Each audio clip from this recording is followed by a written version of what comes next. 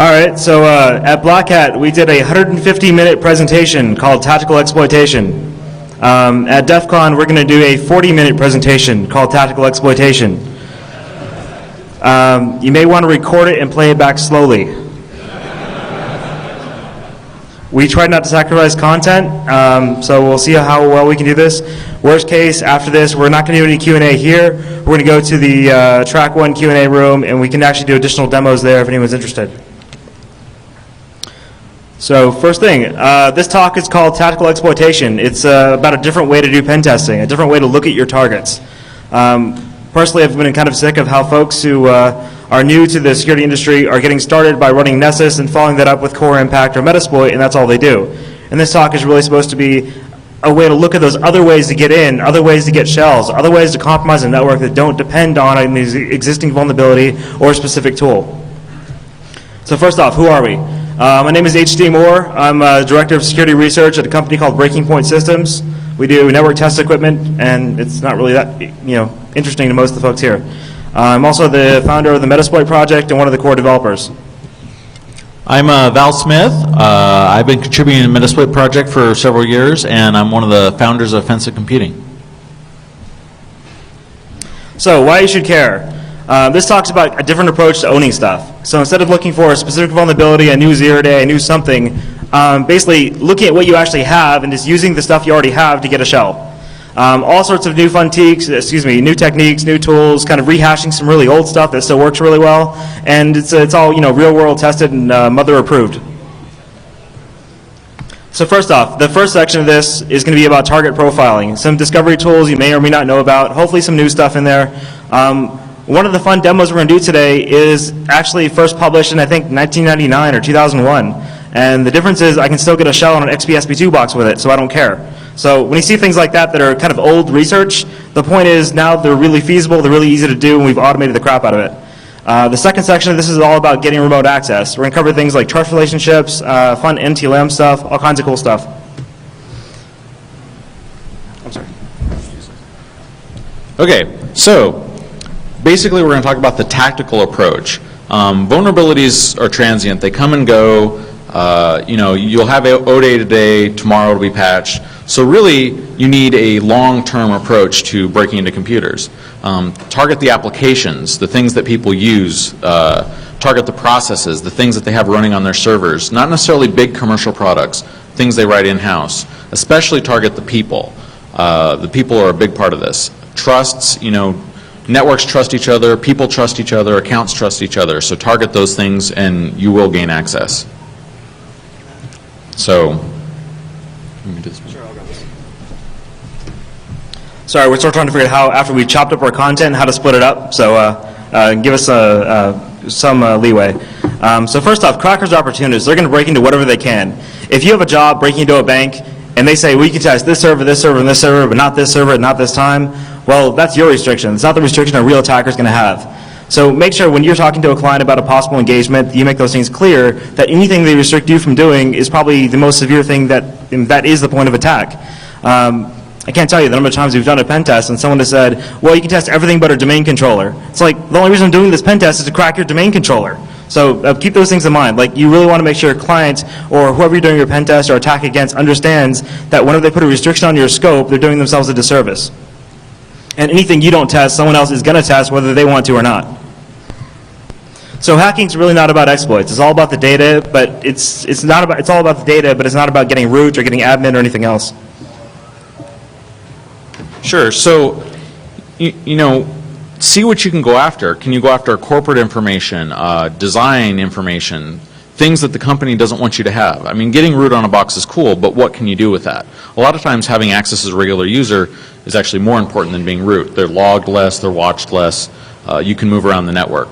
Hacking is using what you have at hand, not necessarily exploits, to gain further access to more hosts and to more data.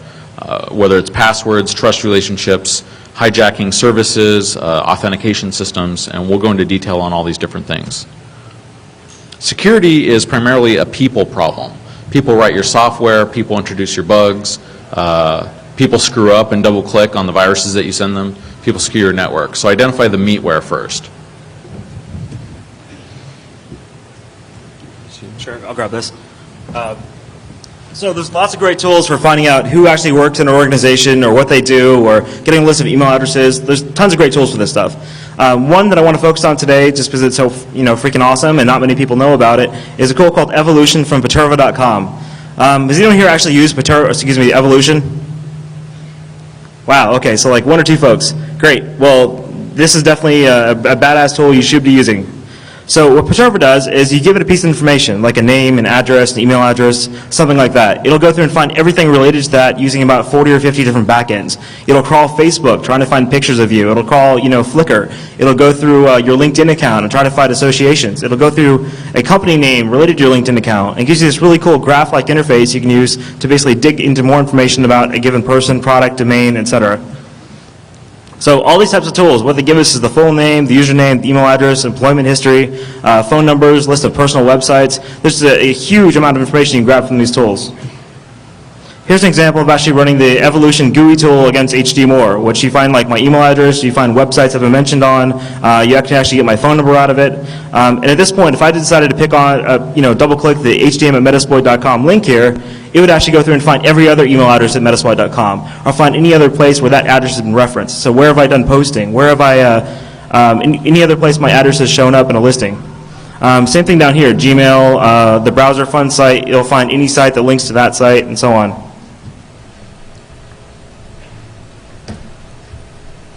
Okay, so this is basically like a little case study of how important this information is when you're breaking into networks. A lot of people tend to focus on an IP address, a range of IP addresses, but this information really helps you out.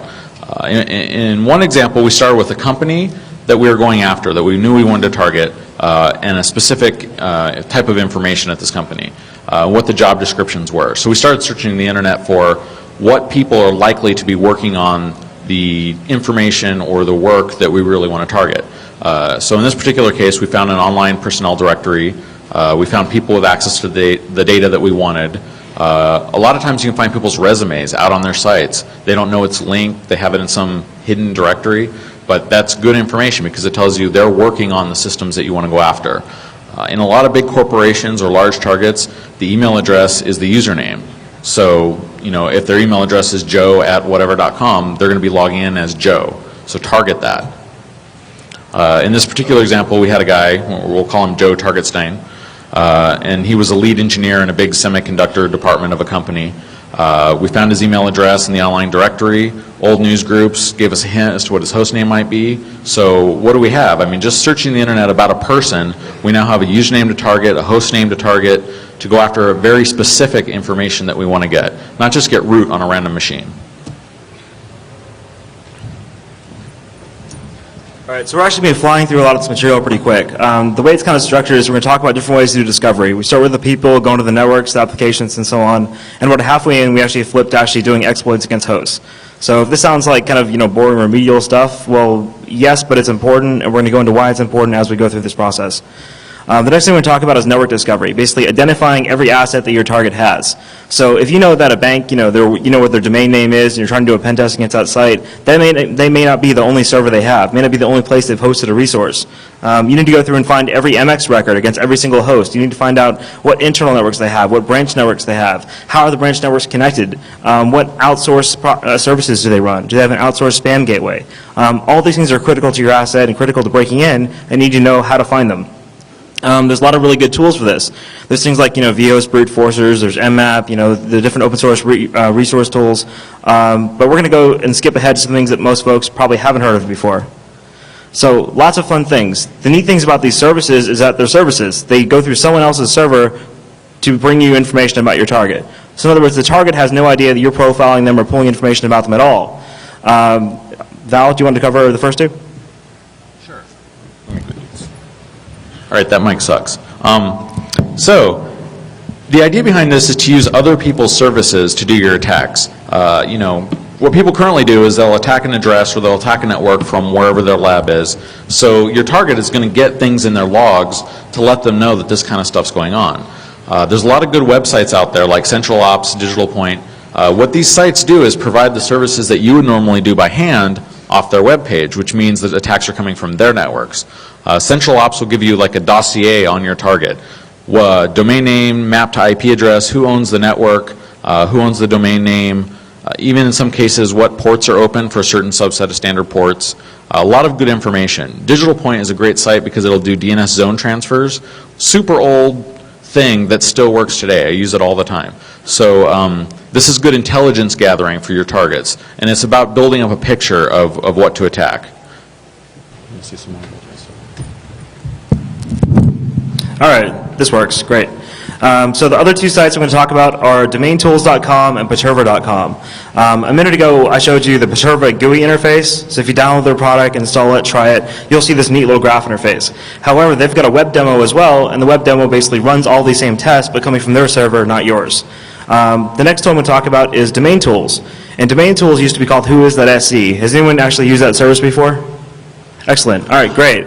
Well, there's a really cool feature of Domain Tools, and what that is anytime a domain is registered, they get that domain sent to them by the registrars. And they say, okay, this new domain exists, so we're going to reverse DNS that domain, find out what it resolves to, put it into a big-ass database, and later on we're going to allow someone to query and say, okay, what domains exist on a given IP address? In other words, they keep track of every domain on the freaking internet and give you a list of what vhosts are on a given IP address for you.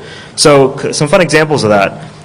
If you run Domain Tools, this reverse IP thing against DefCon.org, you find a great list of all these cool different domains running on the same server. You've got Dark Tangent, you've got DefCon.net, and DefCon.net's interesting because it resolves to more than one IP address. And we'll go into that a little bit later. You got Hacker Jeopardy, and this thing called Hacker Poetry. Has that been announced by anybody? Because I'm going to put a bullet through my head if I have to listen to any Hacker Poetry. It sounds horrible. And just in case you don't know who the Dark Tangent is, you can now go to thedarktangent.com.net.org. So with DefCon.net, I mentioned before that it resolves to two different IPs. So if this is the first IP. If you look at the second IP, we go on to the next slide. And here you can actually see that DefCon.net is actually the same server in one case as zeroday.com, zeroday.net, securityzen.com, and zeroday.com with a Z. And there's actually a bunch of personal domains I ripped out for Jeff and Ping's sake. There's like Republic of Ping, all these other great ones. So I pulled those ones out, but they're entertaining to look at least. So if you're ever mad that someone else stole zeroday.com, they're not using it, you can bitch at Jeff. But apparently he's had it for like 10 years. He's had it so long that when he first registered the domain, all the Wares kids were like pestering him, trying to say, hey, can I use that for my Wares stuff? Because, Zeroday used to be about Wares. And now Zeroday's about security stuff. So he has all these, security guys saying, hey, can you use that for my security stuff? So I suggested that we use it for kind of like a power sellers for Zero Bay. So if you're a real power seller for your Zero Day, you can actually get an email address at odata.com, and hopefully Jeff will go with that.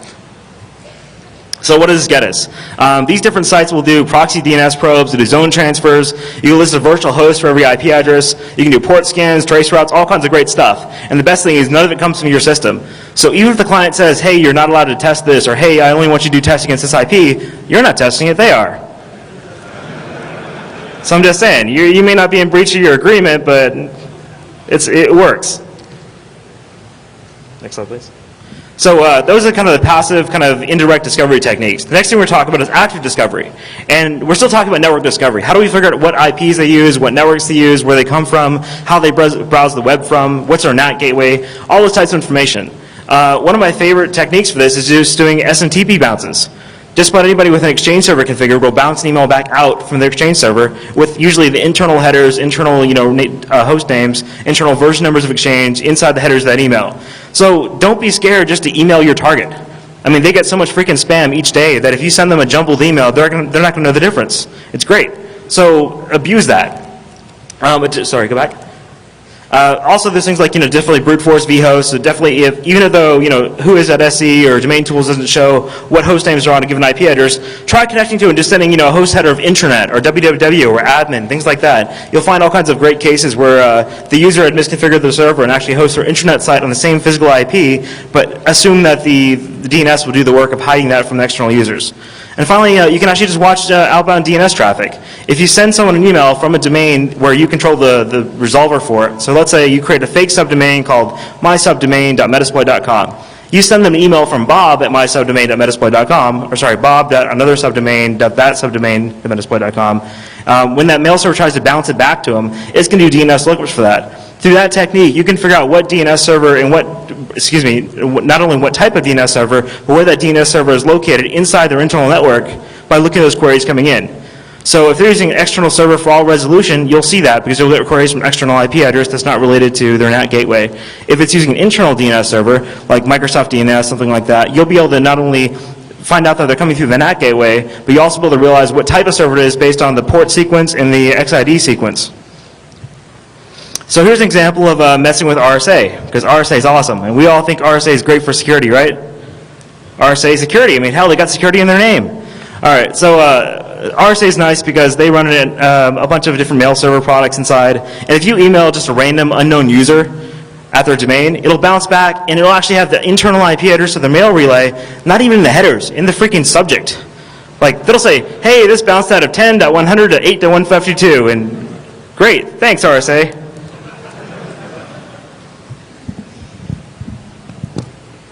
Okay, so if the network is the toast, applications are the butter. This is about application discovery. Every application that your target is running is a potential entry point, whether it's commercial applications they purchased, things they've written in-house. So finding these applications is the trick. A lot of times, you're not going to get some high-profile, Windows remote exploit. You're going to go after an application. So another point to this is slow and steady wins the deface. A lot of times people will scan, large blocks of IP addresses, every port, and that's really noisy. We like to do stuff like, for example, that command up there is an nmap command that says, don't ping the target, scan for a specific port, in this case the MS-SQL port. This gives you a ton of information without making a ton of noise. And what does it tell you? It tells you most likely what the operating system of the target is. If it's running MS-SQL, it's probably Windows of some sort. It tells you that they're running MS-SQL and that they're available. So, think a little bit different. A lot of people will assume, oh, every attack is going to begin with a full-on nmap port scan, and that's not necessarily true. IDSs will detect that, try to avoid it by doing slow, targeted, one-shot, one-kill type attacks. So one good example of this is one of the targets we were working on had an internal application for doing software licensing and distribution. They'd written this in-house. It was installed on something like 10,000 computers at this company. We spent a couple of hours, we got a copy of this, spent a couple of hours with IDA, OllyDebug, checking it out, and it turns out they had a static admin password hard-coded in this application. So every host on the network used the same admin password to get their software and their licenses. This means every accessible node was owned. We didn't use a single exploit. It was just targeting the application. Do you want to switch, please? All right, so who's heard of W3AF? Okay, a few folks. Great. So kind of what I'm trying to do with this talk and with some of the parts of the talk is talk about tools that are really great that a lot of folks don't really know about yet. And W3AF is a good example of that. It stands for the Web Application Attack and Audit Framework. It's this neat little read-line enabled shell, and you can actually do all these cool things like brute force vhost, brute force directory structures, brute force names, all these things you normally want to do with websites that you normally have to use an external tool for. But you can do it all from this quick little console, and it's easy to use. I mean, it's kind of like Metasploit, so I like it in terms of how the console works. So I've been calling it, Metasploit for the web, but unfortunately it's written in Python. Outside of that, I love it. And I'm sure he feels the same way about Metasploit and being written in Ruby. So we get along on that. Finally, there's actually a whole new set of classes in Metasploit 3 for writing your own quick vulnerability scanners.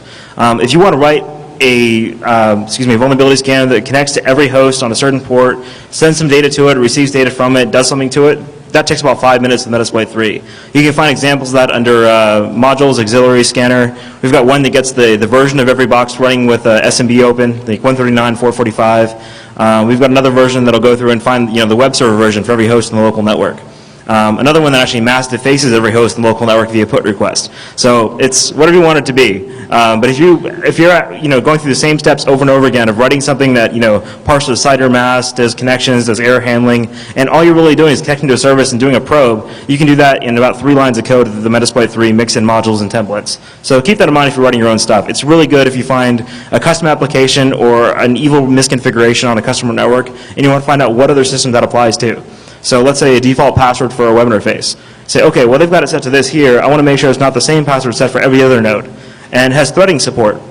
So you can set the number of threads to be like 1,000 or 256 and kick off that many hosts at the same time. And the whole thing's kind of done for you and reporting is all nice and whatnot. So just keep that in mind if you're doing your own application discovery.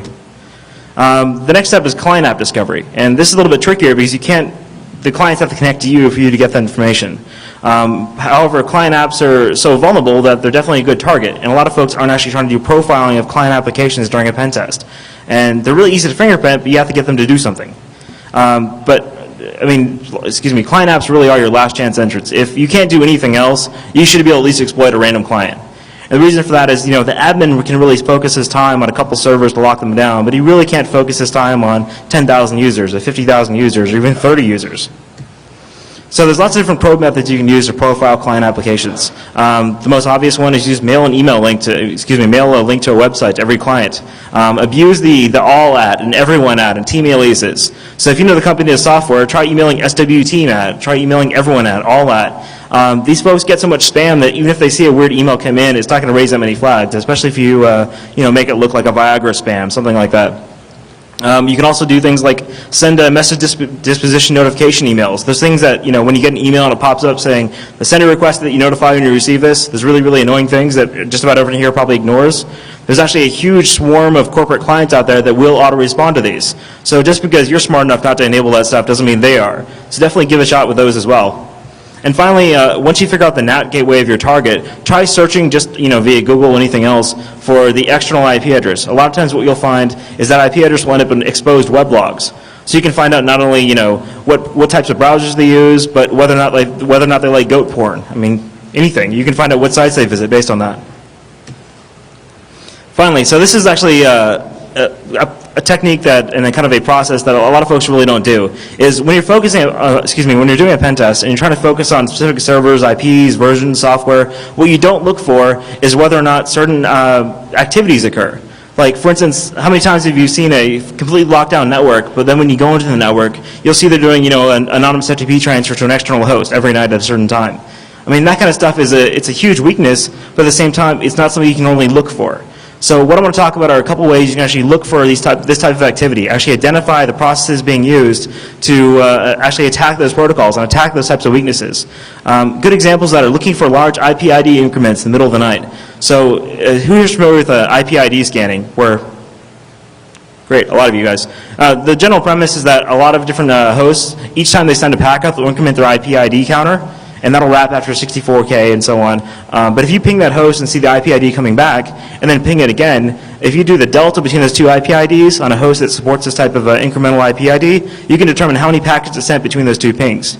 So you can do all kinds of great things. You can basically do a remote traffic monitor of any host you want through this method. Additionally, a lot of FTP servers, and especially Microsoft FTP, they support a command called site stats. And what this will return is the number of times each command has been executed on that server. And this gives you a great amount of information because you can determine when uploads are being done, when deletes are being done, when people log into the server. You can start getting a feeling for, okay, if I want to start hijacking data ports, what's the time to start scanning for it? And finally, you can actually look for the last modified header on static content on websites to figure out when they do automated transfers or automated backups. A couple cases I've seen, people will actually delete the entire web directory before they sync it over each time. So you have about 30-second to 1-minute window where things like the .htaccess file aren't there, where there's a directory index listing, but they deleted indexed HTML.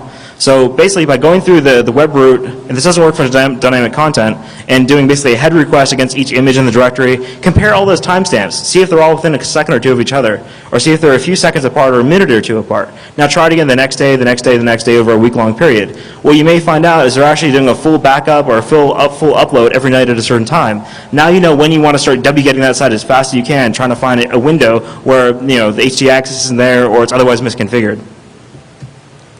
So are there any existing tools for this stuff? Not that I've seen. Correct me if you have seen some in the Q&A session, hopefully. I just tend to use hping, pipe to a log file basically, or netcat or any other tool for the site stats stuff. Here's an example of the site stats command running on ftp.microsoft.com, and this is just one of many, many nodes inside their FTP cluster. Something to keep in mind is this node's only been up for 47 days, and it's had over 2 billion user commands. So they get a lot of FTP traffic. However, they've had 2 billion users do the user command, but they've only had 3,035 store commands. So if you basically profile the number of times the store command has been run over a period of time, you can determine when they're actually doing their uploads. And when they're doing their uploads, you can actually interfere with that by hijacking the data port. And I'll talk about hijacking data ports and that stuff a little bit later on. The point of that is, even if you can't steal their file, you can still destroy their backups. And you can see some other commands like delete, make directory, etc. The next example is a website called hacker.com, which I picked right before Black Hat because it was fun. I started profiling this site around 8 p.m. and I stopped it around like 6 a.m. or something like that, or probably 10 p.m. is when it started. So this is basically the delta between the IP ID increments accounted for the integer wrap across about a 9-hour period, something like that, 9 or 10 hours. So around 10 p.m. you can see it spikes to about 3,000, but the baseline traffic is pretty low. As I get right around midnight, you see a huge spike in traffic. This is actually some kind of automated backup process, or somebody just Wing the crap out of that site right around midnight. This is the kind of thing you want to look for. If you're profiling a server and you want to find out when they're doing large backups, when they have some kind of data recovery routine running, this is how you can do so. You can also find other types of activity through this method and be like, hey, something really big happens at this time. Let me know what that is. And this little graph was actually generated with a little like one line of Ruby in like 5 minutes. So if you want to know how to do it, let me know after the talk and I can show you the code for it. Then you see the traffic kind of lulls down for about 6-7 hours. And finally you can see everyone in the US starts to wake up again and the traffic builds back up. So if you're curious how much traffic a site has and their server does sequential IP ID increments, this is a great way to do it. What you may see sometimes is that you get 2 or 3 sets of IP IDs back. In that case, you're actually hitting a load balancer. So, one server will respond back with, 1,000, 1,001, 1,002. Another one's 9,001, 9,002. And you have to kind of keep track of both of those at the same time. So on to the external network. That was kind of our discovery techniques or discovery phase, just different techniques to keep in mind when doing a pen test to profile services, find users, find networks, find applications, just some quick tips. The next section is all about actually breaking in. The first thing we're talking about is external network, and we'll work our way inside.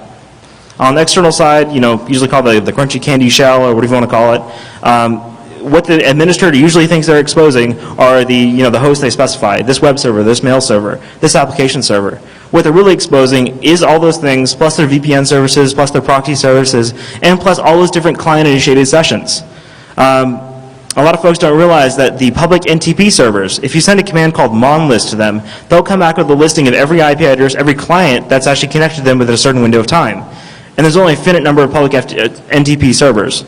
So what you can do is build code that basically goes out and pings each one of these servers with this monlist command every 5 minutes. And not only do you find out when a given organization is querying the public NTP servers, how many different clients are querying it, and whether or not those clients are behind or out, inside or outside of the firewall. You can tell that by looking at the source port. NAT gateways will translate that from the normal source port, which is 123, to something else. And it also gives you a window where if you send a spoof packet from that time server to that host on that source port, you'll get back to that time client. And now you can actually start doing attacks against those NTP clients themselves. So any case where you can see the outbound UDP traffic and see those source ports, you now know what the NAT gateway mapping is, and you can actually target those applications. So I mentioned FTP before. I'm sure, does everyone here know how FTP works? All right, you realize there's 2 connections. There's control, there's data. The data port's kind of allocated based on either the server or the client. Active FTP, the client opens up a listener for that. And passive FTP, the server opens up a listener and the client connects to it. So that's basically it. Going through a NAT gateway, there's all sorts of problems with active FTP. I'm not going to talk about them too much, but if you see large spikes in traffic, try scanning for the ports used by the NAT gateway, like 32K to 45K, or even 1024 to 64K, just repeatedly, trying to find those open ports. A lot of times there's different vulnerabilities with how NAT gateways handle active FTP, and I'm not going to get into those here, but just keep those in mind when we're doing this kind of testing. Finally, passive FTP. This is much more common. This means the server opens up a port and the client connects to that server. If you can also connect to that server, log in as like anonymous, or you just port scan the crap out of it, you can actually predict the ports that are being used in a lot of cases. Microsoft FTP is a really good example of this. Their FTP server will sequentially allocate those data ports no matter what client it is. So if you connect FTP to Microsoft.com and you send the passive commands, it'll come back saying, oh, port 100. The next client who's doing it will get port 101. The next client will get 102. And the Microsoft FTP is smart enough that if you connect to that data port instead of being the real client, it'll kick you off. It'll say, sorry, I'm not going to send you that data. That wasn't your data port. However, you'll still break the backup. You'll still break that transfer. So what you can do is if you profile a backup process running in the middle of the night and you know what the endpoints are, you can find these data ports and you can steal the data ports before the client can get them. And in doing so, you can break their disaster recovery system. There's a tool I wrote for this called passiveag.pl. It's been around for a really long time, but it still works really well for this type of thing. So finally, moving on to attacking web servers. One thing, just don't ever make sure when you're doing an assessment against a website, you always check for things like /old, /backup, /admin. This should be old hat, but you can find all kinds of really cool things with it. Example, Cray.com for like the last 5 years has had this directory called /old. And until about a year and a half ago, it actually had directory indexing enabled. Inside the directory was a 5 gig file called backup.tar. And any guess what that was? All right.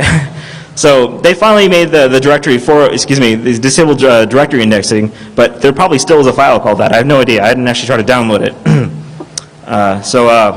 Yeah. So that's an example of a server that's kind of been misconfigured, just an old directory there. Some admin probably hasn't thought about it in 10 years. So look for that kind of stuff. It's really, really prevalent. Another example that I see a lot is source control files being left on the web root. Here's a kind of contrived example that I found on the internet, just some random website that happened to have it. But basically, when you check out a subversion tree or a CVS tree, it usually brings its source control directories with it. And those directories give away things like the root of the tree, where to log in to actually get that source code, the files in any given directory, things like that. And for a long time, freshmeat.net had the CVS entries file exposed. It was awesome. So finally, Scoop finally removed it. So that's solved. Another good example of that is eBay.com. Almost every one of their virtual hosts had CVS/entries exposed for a really, really long time. About a year and a half ago, they finally fixed that as well. But that was useful because if you ever want to see what all the little new advertisements coming out, you can do that in the image server, stuff like that. So a couple quick tricks, and I'm going to turn it over to Val to talk about a case study and kind of a quick example. But if you see a system that's using, if you're doing a test against a web server and you're trying to figure out whether or not it's behind an Apache reverse proxy, where you have Apache working in proxy mode and it's actually proxying it back to an internal server, the easiest way to do that is just do a GET request with %00 after your slash. You're done. The Apache server will actually puke back an error saying, hey, could not find this file, Apache version, so and so and so and so. And if you're testing an IIS server and now all of a sudden you get an Apache error, now you know you're going through an Apache reverse proxy. Another configuration I see a lot is Apache's dynamic virtual hosting. What this is, instead of having to create a virtual host configuration file for every system you have on your large ISP server, you say, hey, just look in the subdirectory for any file, any directory named the host name the client sent. So if you want to add a new vhost, you just do a make directory www.bob's, houseofhardware.com, what do you want to call it. Unfortunately, what I see a lot is the global configuration for Apache will have indirect index listings enabled for directories. And each individual subhost or vhost may be locked down, but the main configuration is not locked down. So what you can do is if you do get/HTTP 1.1 host :%00/, what that'll do is actually return you the index of every vhost on that server. You actually get served the directory below the vhost directory. So it's a neat trick when you're testing ISPs. And with that, I'm going to turn it over to Val. Thanks, Dan. Okay. So this is just an example of things to think about when attacking web hosts, which are pretty good targets. In this particular case, we had a web host with thousands of sites that they were hosting, both virtual hosts like whatever.com as well as /user. And all these hosts had CGI scripts, applications for the customers. We found one particular CGI that they had put up as a demo to show people who were going to sign up with their company, what kind of CGI scripts you could run on their server. The great thing about this particular script is it had a directory traversal problem. Now this isn't a remote exploit, we couldn't get a shell with this, but we could gather a lot of intelligence about the server.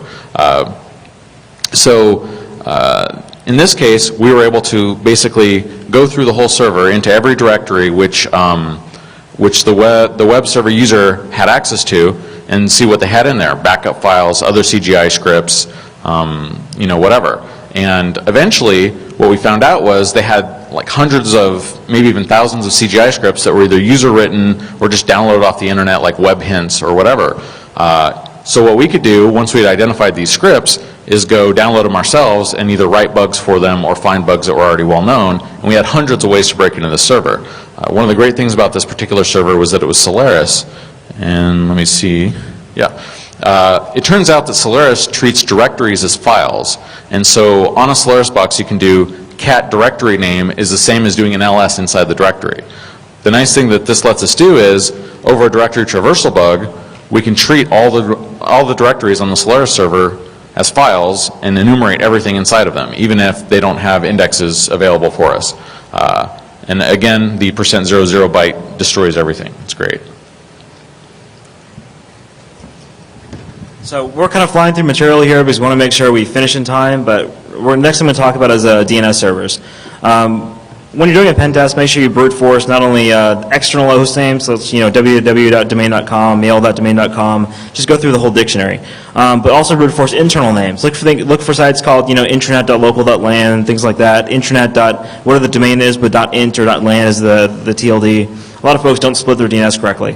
Something you may also notice is a lot of the transaction IDs used by these DNS servers or DNS clients are really predictable. For example, recently the Bind9 server had a PRNG attack demonstrated where you can actually, once you know one transaction ID in the source port of the server, you can then find out what the next transaction ID is. And what that gives you is the ability to spoof responses to a DNS cache and inject whatever host name you want into their cache externally. So these are really good attacks, and I'll talk about some ways you exploit this stuff a little bit later on, but it should be pretty obvious that you can replace someone's DNS entry that bad things are afoot. Also, birthday attacks, they work against all sorts of things, basically where you you just brute force the number of responses you send back and eventually get it to hit because there's only 64K possible transaction IDs, and the source port's usually predictable. You can almost guarantee you can hit a birthday attack with any server that doesn't do anything specifically to prevent against it. So a lot of these new DNS servers we're seeing, I think Mirror DNS is okay, but a lot of the newer ones that are kind of popping up as alternatives to Bind don't protect against these types of attacks that have been around forever.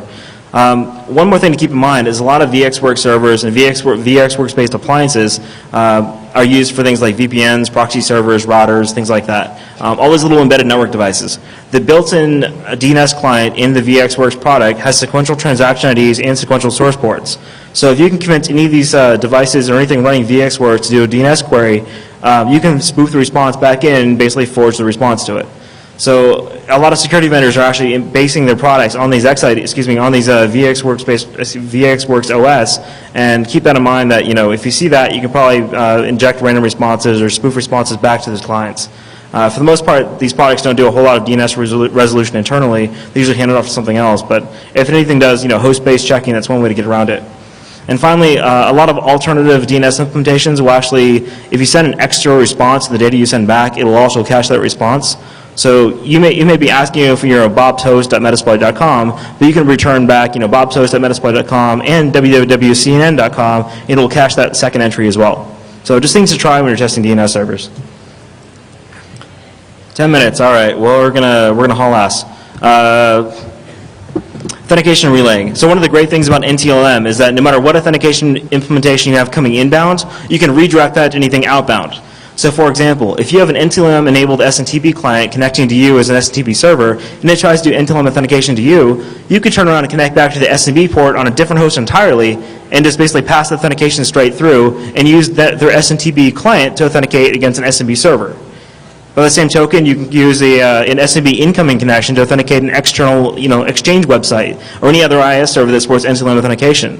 So if you can get any sort of NTLM authentication coming inbound, you can then apply that to either the target itself, the incoming connection server itself, like going back directly back to the client, or to an external host or any other host that supports NTLM, because it just passes through this generic block for the most part. So we're going to go into more of this later, but keep that in mind. There's all kinds of great things you can do with it. Finally, a little bit about social engineering, and this has been beat to death, but make sure that if you're charging $50,000 for a pen test, you can afford to burn a couple CDs. I mean, if you're charging $100,000 for a pen test, you can afford to get a whole bunch of USB keys and load them up with some awesome software that just happens to be a backdoor. If you're doing $1 million pen test, you can go out and buy a whole bunch of Nokia N770s. You can buy a bunch of N800s. You can buy Sharp Zoruses. You can send them off to each of the CEOs saying, "Hey, you won this new sweepstakes. Welcome to that that conference you presented at. You are the winner of this new award. Enjoy your Nokia." And the neat thing about these Nokia devices, and I'm sure David Tell will attest to this because he has a product based around it, is they run Linux, and so they can run your exploit tools. So you can put a whole set of backdoors under one of those Nokia devices, hand it to the CEO, and give him directions of how to sync it to his network. And he syncs it in, your backdoor runs, and everyone's happy. Another example I saw that was really neat is actually embedding an OpenWRT core into a UPS battery. So you rip the battery out, you put an OpenWRT core into it, you put an Ethernet switch into it, you plug it in, and you just walk into a building, throw it over your shoulder, and say, "Hey, I'm here to fix the printer." You go into the printer area, you unplug their UPS if they have one, or you just put this one in line, and now you've got your own little Linux server on their network. So I'm not going to take credit for the idea, but I think it's really cool, and definitely keep it in mind when doing physical tests. So onto the internal network. First of all, some NetBIOS names are magic. There's a name called WPAD. Anyone know what that means? Okay, well, a couple folks do. So WPAD is like the web something auto proxy discovery, actually web proxy auto discovery, something like that. That's a name that's looked at by default by Internet Explorer when it's set up in its default configuration to automatically detect your proxies. So if you say, automatically detect your proxy, it'll look for a host called WPAD. And actually, there's been different bugs with it. We don't have time to cover it. But if you want to see a really funny website, go to WPAD.com, because for a long time, they're actually the top level WPAD server for the whole internet. And they had fun with it. There's also another magic host name is CA license, which means if you have a host called this on the network, anybody running a CA product will try to connect you for licensing updates. And you can cause all kinds of hell. So the next step. So WPAD is magic because you can exploit this web proxy auto discovery technique. You can basically convince them to connect to your web server to figure out how to proxy their outbound connections, which is awesome. However, you can also do that via DHCP. You can do that in the case where you've got a Microsoft DNS server running DHCP. You can do DHCP-CD or DH client with -H option of WPAD, and it'll actually register your hostname of WPAD in the local domain. So you can quickly become the outbound web proxy for everybody in the local network with this one command. It's lots of fun on Microsoft networks. Next, so now we're going to talk about a practical example of hijacking NTLM to get a remote shell on a fully patched Windows XP Service Pack 2 system. And it's pretty straightforward. Yes, it's based on SMB Relay 2, but it's all done in Metasploit and Shiny, and this is really old code back in 99, 2001. But now I can do it, and I can read the code. So first thing you do is man in the middle of outbound traffic. Lots of different ways you can do it. We talked about WPAD. You can also just art spoof, etc. You can have a rogue access point to sit around the airport. Whatever you want to do, you can actually inject it into Tor connections and do this against Tor users, whatever you like. Next, you want to redirect them to an intranet website. And this is an intranet in the sense that they'll still connect to you for the intranet side as well, because you define your proxy server to redirect all traffic, even internal traffic, back to yourself. What you do here is get around the zone bypass. So when they try to browse the internet site, you send them to an intranet site, and then from the intranet site, you go to this, which is actually a UNC link to an SMB share. So in IE 5, 6, and 7, you can just do an image source tag, //IP, share name, something JPEG. In Firefox, before 2005, you can just do mosicon URL :file ///. That's actually a bug. They fixed it, but they didn't fix the last case, which I'm not going to talk about. Finally, you can use third-party plugins to do the same thing. Force them to go to UNC URL. The goal here is to get them to do an SMB connection to your system. The reason for that is once they connect to your system, you can connect back to them. So when they connect to you, you connect back to them, you ask them for their challenge, say, hey, I got this cool challenge key, why don't you authenticate against it? And they go and do that. And you pass it back, and now they're authenticated. And this actually works really well. Like, it's not a trick, it's not a bug, it's not anything else. That's just how SMB authentication works. If you don't have signing enabled and a couple other caveats, but it works on most systems by default. So finally, now you've got an authenticated SMB connection on their system, you disconnect them, you keep the authenticated session, and use that to connect to admin $, upload your shellcode inside of an executable, then use the service control manager to start that shellcode as a service, and then enjoy your remote shell. And that's all there is to it. It's pretty damn simple, and it works, so I'll show you. So over here we've got a Windows XP Service Pack 2 system. It's fully patched as of this morning. There's nothing fancy with it. Even has the firewall turned on, but it does have file sharing enabled. It's also joined to a domain. So that's one of the caveats you have to do to exploit XP SP2. And the user has to have a password set, which is also pretty common in a domain or corporate environment. So what we're going to do back over here is, that's good. Okay, so here's a little shell script. What the shell script does is it starts up a NetBIOS name daemon, which basically advertises my name as WPAD. And you can do this a billion other ways too. This is an easy way to do it. Next, we're going to start up Apache. And Apache is going to serve up a file called wpad.dat. And that file is going to have, let's see, one little JavaScript function in it that says, no matter where you try to connect to, go through me as your SOC server. So we just return SOCs, this little syntax. You can look up a lot of stuff about WPAD, great Wikipedia article, if you want to learn more. So next thing we're going to do is run MSF console with this RC file. This RC file runs a fake SOC server, so we become that SOC server, which will then, no matter what page they request, will return an image source equal / UNCURL is my SMB server. And then we run our SMB relay exploit. And this thing will use the shell reverse TCP payload and use that as a payload if they connect in. So we're just going to go ahead and run that. So MSF console -r, the RC file. There we go. So this sucker will run up.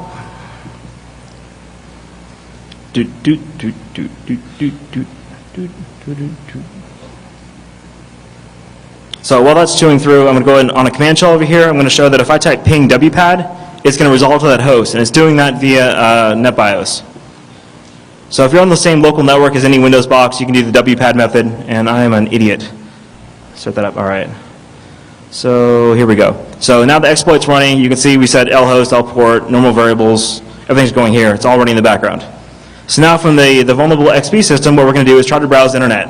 So we go www.midgetsex.com. Who knows? There could be something cool there. Hopefully it doesn't actually exist. All right, so now you can see it says waiting for. What happened is it went out, connected to my Apache web server, downloaded wpad.dat, then decided to connect to my SOCKS proxy. My SOCKS proxy said, yes, you have connected to MidgetSex. Welcome. And then it served up an HTML page that basically just had a UNC URL. And now in the background now, it's trying to negotiate SMB to my SMB relay agent. My SMB relay agent is connecting back to them and owning the crap out of it. So here we see all kinds of crap. So we see here's the authenticating in. We see we're saying, your authentication failed. Give me a real password. And it goes, okay, here's a real password. Thank you, drive through. So we authenticated. We connect to admin share, upload our shellcode. Do that. Here we see in the console we actually got a shell. And Windows went ahead and tried to keep doing it a few other times. We said, nah, we already got a shell on you. We'll leave you alone for now. So now on your console, which you can have multiple background shells, do an entire network at once if you feel like. Sessions-L. You say, hey, we got a session. Sessions-I1. There we go, session. So pretty straightforward.